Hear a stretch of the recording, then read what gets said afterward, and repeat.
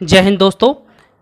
महत्वपूर्ण 100 प्रश्न के अंतर्गत भाग 2 में आज हम 15 प्रश्नों को हल करेंगे।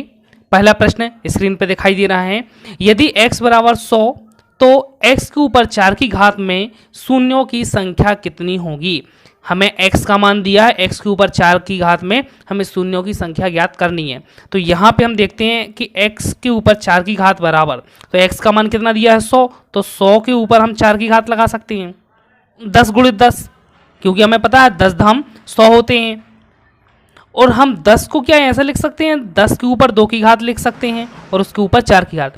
और हमें पता है घातांक नियम के अनुसार यदि घात के ऊपर घात लगी होती है तो उनका आपस में गुणा हो जाता है। तो यहाँ पे क्या हो जाएगा, 10 के ऊपर 4 दूनी 8 की घात। या फिर इसको दूसरे तरीके से ऐसा कर सकते हैं कि x के ऊपर 4 की घात में शून्यकों की संख्या बतलाना है। तो x का मान हमें कितना दिया है 100 के ऊपर 4 की घात, मतलब क्या है कि 100 को हम 4 बार लिख सकते हैं गुणा के रूप में।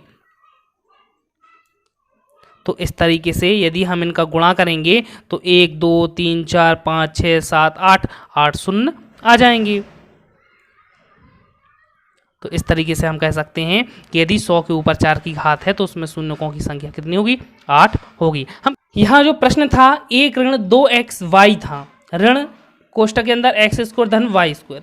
तो यहाँ पे हमने क्या किया, एक ऋण जो 2xy था इसको भी हमने इस कोष्टक के अंदर लिख लिया, क्योंकि यहाँ पे एक्स स्क्वायर धन वाई स्क्वायर है, यहाँ पे 2xy है, तो यहाँ पे कुछ फॉर्मूला हमारा सूत्र बन सकता है, इसलिए हमने इसको अंदर ले लिया। तो कॉमन निकाल दिया माइनस को, इसलिए हमने इस तरीके से अंदर कोष्टक के अंदर ले लिया।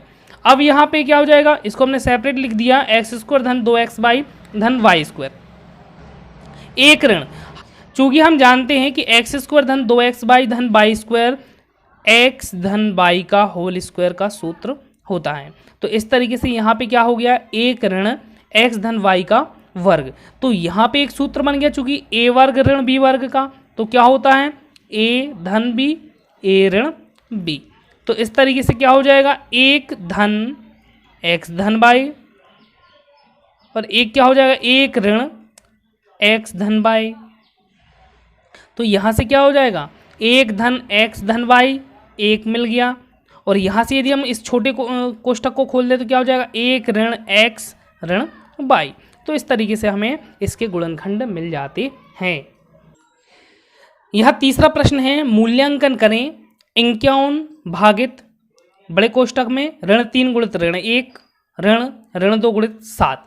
तो सबसे पहले इस बोर्ड मास के प्रश्न होते हैं जो सरलीकरण के अंतर्गत, इनको प्रश्न को हल करते समय हम सबसे पहले बड़ा कोष्टक जो होता है उसको हम हल करते हैं। तो इस बड़े कोष्टक के अंदर हम हल करेंगे 51 भागित, यहाँ पे यदि हम देखें ऋण 3 का गुणा ऋण 1 से हो रहा है तो कम 3 ऋण। यहाँ पे देखते हैं 7 का गुणा ऋण 2 से होगा तो क्या हो जाएगा, 7 दूनी 14, तो क्या हो जाएगा ऋण 14 हो जाएगा 51 भागित। यदि हम यहाँ देखें 3, यहाँ यदि हम छोटे कोष्टक को खोल देंगे तो ऋण ऋण क्या हो जाएगा, धन हो जाएगा, तो 3 धन 14 51 भागित, और 14 और 3 कितने हो जाएंगे 17। अब यदि हम 51 बटे 17 करेंगे तो 17 3 51 होते हैं। तो इस तरीके से हमें इसका क्या आंसर मिल जाएगा, 3 आंसर मिल जाएगा। यहाँ चौथा क्वेश्चन है, P को 3 से गुणा किया जाता है और गुणनफल से 2 घटाया जाता है।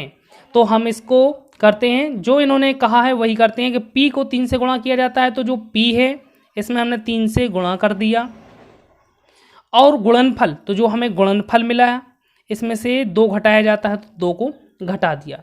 तो इस तरीके से हमें यदि हम P में 3 का गुणा करेंगे तो क्या हो जाएगा, 3P माइनस 2। तो इस तरीके से हमें प्राप्त हो जाता है।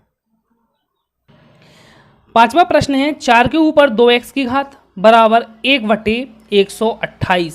तो यहाँ पे हम देखते हैं कि 4 के ऊपर घात लगी हुई है 2x की, और यहाँ पे है 128। तो हम सबसे पहले तो 128 के क्या करते हैं, अभाज्य गुणनखंड निकाल के देख लेते हैं कि 4 के रूप में गुणनखंड निकाल रहे हैं कि नहीं।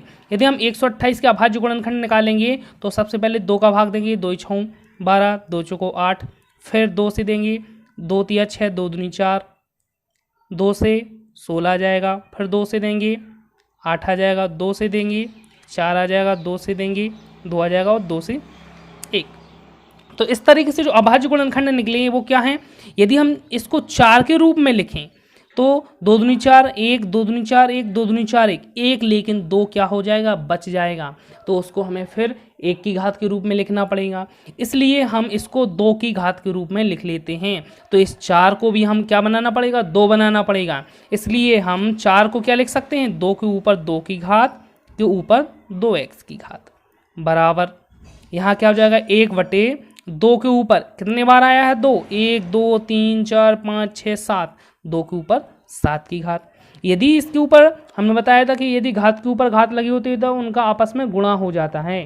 तो 2 के ऊपर 2 दूनी 4, 4x की घात बराबर, यहाँ पे क्या है 1/2 के ऊपर 7 की घात, यहाँ बटे में हर में क्या है 2 के ऊपर 7 की घात लगी है। जब हम इसको अंश में ले जाएंगे तो घात कैसी हो जाती है, ऋणात्मक हो जाती है, मतलब 2 के ऊपर ऋण 7 की घात आ जाएगी। अब यहाँ पे देखते हैं दोनों पक्षों में आधार समान हैं तो घात भी क्या हो जाते हैं, समान हो जाती हैं। यहाँ पर दोनों पक्षों में आधार कैसे हैं, समान हैं, इसलिए घात भी क्या हो जाएंगी, बराबर हो जाएंगी। तो 4x बराबर ऋण 7, इसलिए x का मान क्या आ जाएगा, गुणा में है 4 तो यहाँ पे भाग में आ जाएगा। इस तरीके से x का मान ऋण 7/4 प्राप्त हो जाता है। यहाँ छठवां प्रश्न है 11p धन 5q ऋण 12r, 4pq धन 3q एवं 4q ऋण 16pq धन 6p का योग ज्ञात करें। हमें इन सब का योग ज्ञात करना है, मतलब इनको जोड़ना है। हम लिखते हैं 11p धन 5q ऋण 12r, धन का चिन्ह लगा देते हैं, 4pq धन 3q धन लगा देते हैं, 4q ऋण 16pq धन 6p। तो इनको हमें जोड़ना है। यहाँ पे p अकेला है तो p इसमें कहीं नहीं है, इसमें यदि हम p देखें तो यहाँ क्या है 11p है, यहाँ पे 6p है, तो 11p और 6p कितने हो जाएंगे, 17p हो जाएंगे। इसके बाद हम देख लेते हैं q, यहाँ पे 5q है, यहाँ पे 3q है और यहाँ पे 4q है और आपस में ये कैसे हैं, धन के हैं सभी। तो 5 और 3 8, 8 और 4 12, तो 12q मिल जाएगा हमें। इसी तरीके से यदि हम देखें r, तो यहाँ पे r है, यहाँ पे r नहीं है, यहाँ पे भी r नहीं है, तो इसलिए ऋण 12r।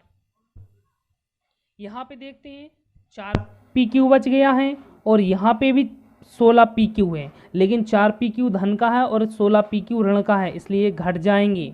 तो 16 में से 4 यदि घटेंगे तो कितने बचेंगे, 12, तो 12pq, और क्योंकि 16 जो है ऋण के हैं इसलिए ऋण का चिन्ह आ जाएगा। तो इस तरीके से हम यदि उनका योग करते हैं तो हमें 17p धन 12q ऋण 12r ऋण 12pq प्राप्त होता है। यहाँ 7वां प्रश्न है, एक 3 अंकों वाली संख्या में दहाई का अंक सैकड़े के अंक का 3 गुना तथा इकाई का अंक सैकड़े के अंक का 4 गुना है तथा सभी अंकों का योग कितना है, 16 है। तो सबसे पहले तो हम मान लेते हैं यहाँ पे जो संबंध बताया जा रहा है वह सैकड़े के अंक से बताया जा रहा है कि दहाई का अंक क्या है, सैकड़े का 3 गुना और इकाई का अंक क्या है, सैकड़े के अंक का 4 गुना। माना सैकड़ा बराबर क्या है, x। माना जो सैकड़ा का अंक है वो क्या है, x है। तो प्रश्नानुसार हम चलते हैं।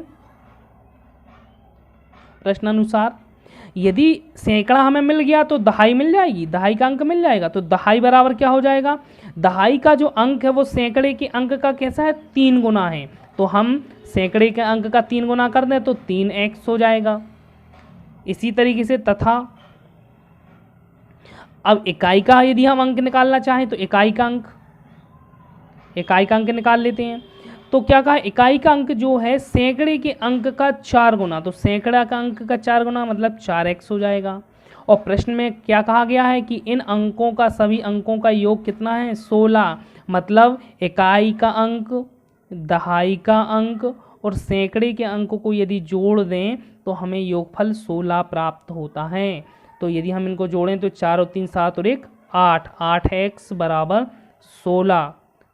तो यहाँ से x का मान कितना निकल आएगा 8 दूनी 16, x का मान हमारा कितना आ गया 2। यदि x का मान 2 आ गया मतलब हमारा सैकड़े का अंक क्या है 2 है, दहाई का अंक क्या हो जाएगा 3 दूनी 6, इकाई का अंक क्या हो जाएगा 4 दूनी 8। इस तरीके से हमें इकाई का अंक 8 मिल गया, दहाई का अंक 6 मिल गया और सैकड़े का अंक 2 मिल गया। तो इस तरीके से हमारी संख्या क्या बन गई 268। यहाँ प्रश्न है यदि मछलियों के एक समूह का वजन 3 किलोग्राम है और समूह में प्रत्येक मछली का वजन 150 ग्राम है तो समूह में मछलियों की संख्या खाली स्थान है। हमें सबसे पहले तो मछलियों के समूह का वजन दिया गया है 3 किलोग्राम, तो हम लिख सकते हैं जो 3 किलोग्राम मछलियों के समूह का वजन है, यदि हम इसको ग्राम में चेंज कर दें, क्यों कर दें, क्योंकि हमें प्रत्येक मछली का जो वजन दिया है वो ग्राम में दिया गया है। इसलिए यदि हम 3 किलोग्राम को ग्राम में चेंज करेंगे तो जब हमने बताया था कि बड़ी एक यूनिट को, बड़ी इकाई को जब हम छोटी इकाई में बदलते हैं तो उसमें क्या होता है गुणा हो जाता है।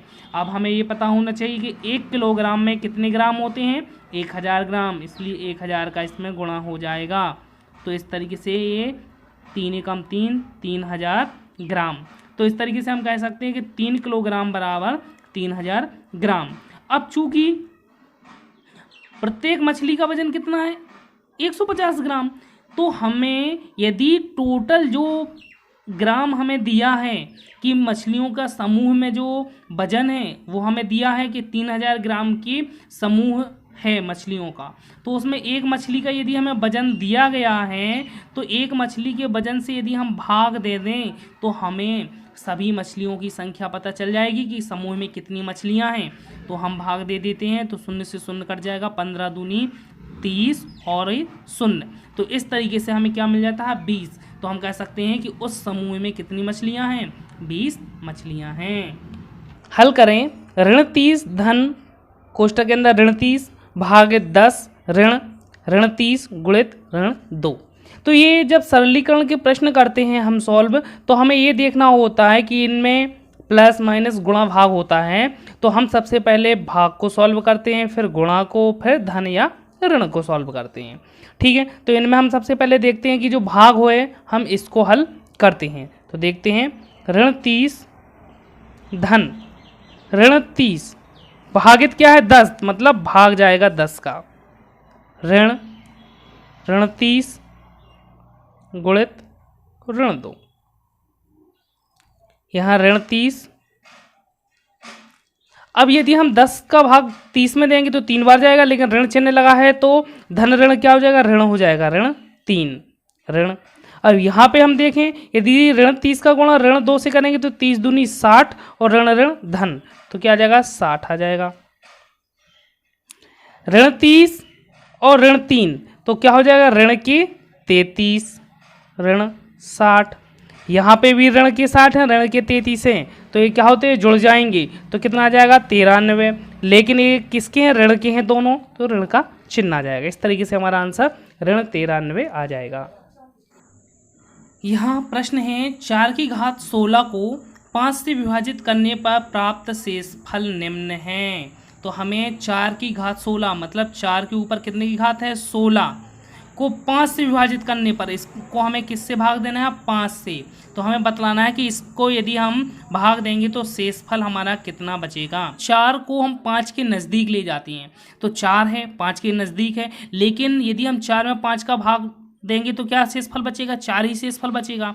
यदि हम इसको 5 बना लें, 4 को यदि हम 5 बना लें तो कैसे बना सकते हैं, 4 में यदि हम 1 जोड़ दें और 1 घटा दें तो ये 5 बन जाएगा बटे 5। यदि हम देखें तो 4 और 1 5, 5 ऋण 1 के ऊपर क्या है 16 की घात है बटे 5 है। यहाँ हम देखते हैं कि 5 ऋण 1 तो 5 में तो 5 का भाग चला जाएगा, लेकिन बचेगा क्या, ऋण 1। तो हम कह सकते हैं कि ऋण 1 के ऊपर यदि 16 की घात तो क्या आएगा, 1 आएगा। तो हम इस तरीके से कह सकते हैं कि यदि हम 4 के ऊपर 16 की घात में 5 से भाग देंगे तो शेषफल हमारा 1 मिलेगा। ये 4 के ऊपर 16 की घात बटे 5 है। तो हम देखते हैं कि ये भाग किससे दिया जा रहा है, 5 से, और यहाँ पे किस में देना है, 4 में। तो 4 में कितना कम है, 1 कम रहा है, तो यहाँ से ऋण 1 आएगा। और यदि 6 होता तो धन 1, मतलब 5 से कितना ज़्यादा है, 1 ज़्यादा है, तो धन 6 आता है। यदि कम है तो ऋण 1 आ जाएगा। और इसके ऊपर कितने की घात लगा देंगे हम, 16 की, क्योंकि घात लगी 16 की, और हमें पता है कि ऋण के ऊपर यदि सम की घात लगी है तो क्या जाता है, 1 आ जाता है। तो इस तरीके से हमें प्राप्त हो जाएगा।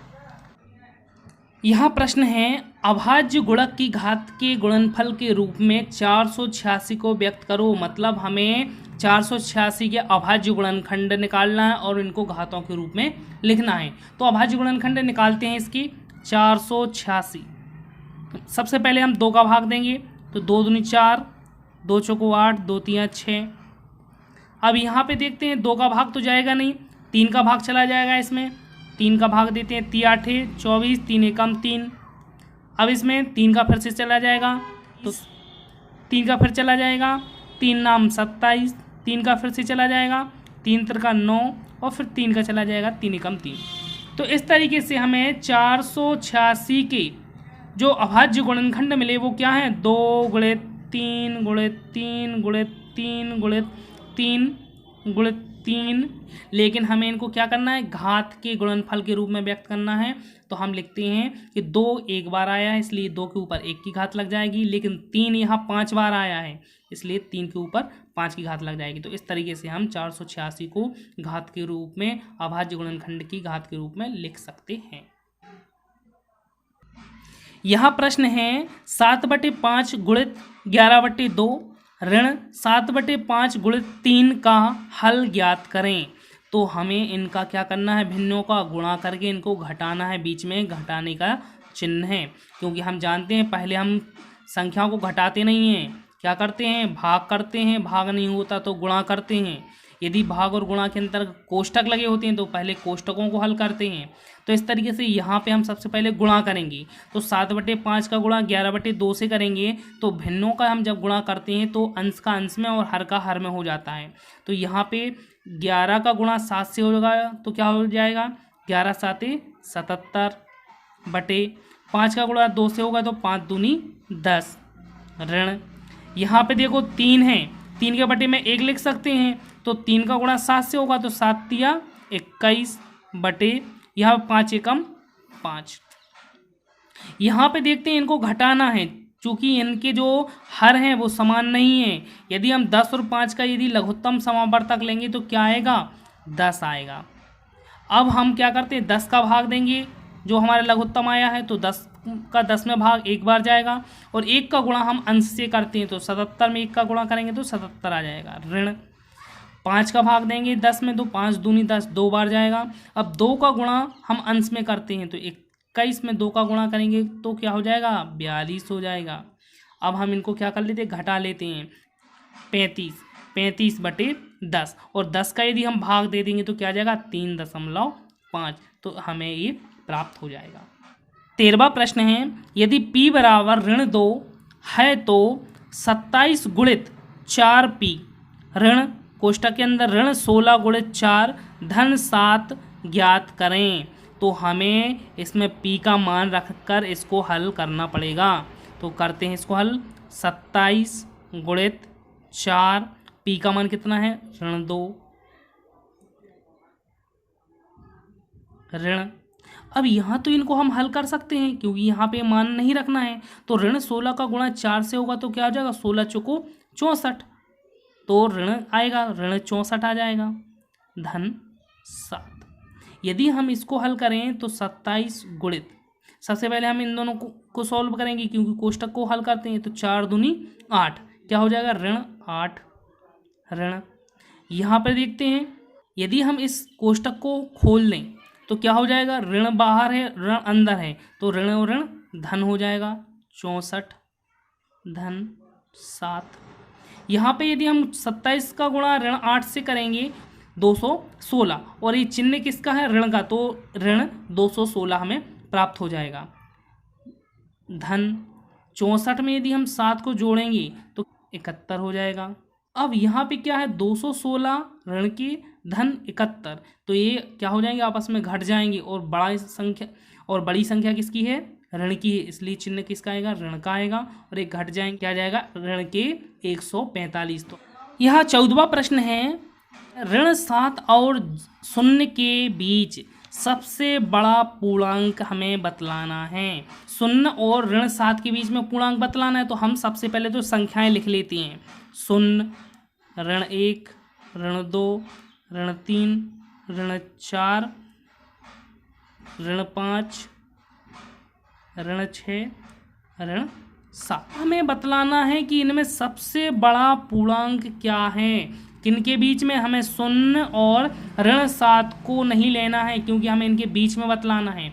तो इनके बीच में जो पूर्णांक होगा, सबसे बड़ा पूर्णांक क्या होगा, हमारा सबसे बड़ा पूर्णांक क्या होगा, ऋण 1 होगा।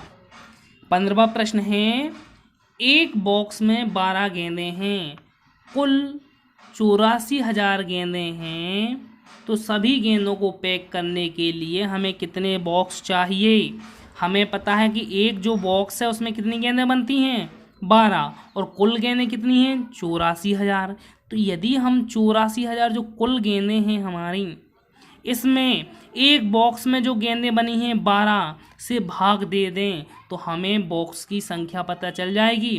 तो हम भाग देते हैं। यदि हम 84,000 गेंदों को पैक करते हैं तो हमें 7,000 बॉक्स की आवश्यकता होगी।